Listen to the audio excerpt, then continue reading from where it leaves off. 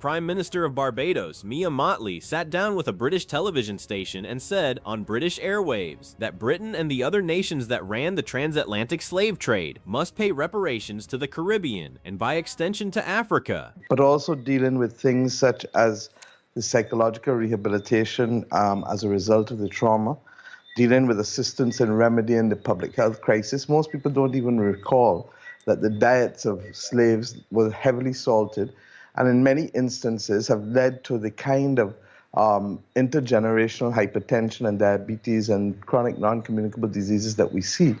And then in respect of the debt, Caribbean governments at the point of independence, there was no development compact to say, look, this is what you need to go forward.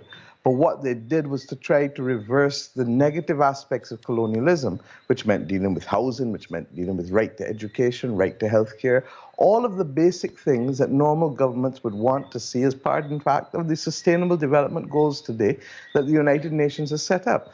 Now, I said to you that this was started about 20 years ago, largely because in December 2000, I was then Minister of Culture and Education.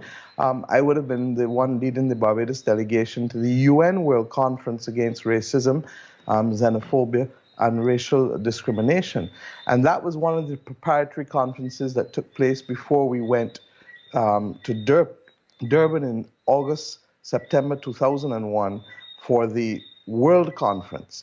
In between there, we would have had a number of meetings in Geneva across the world. In fact, I remember it well because it was the same week that the German government agreed to give compensation to those who were affected by the awful Holocaust of World War II.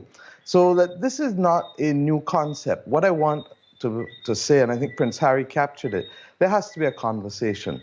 It can't be reduced to a headline. It can't be reduced to sensationalizing.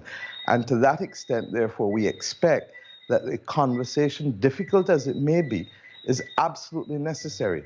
The English-speaking Caribbean is perhaps one of the most highly indebted regions in the entire world, with debt to GDP ratios way above many other countries.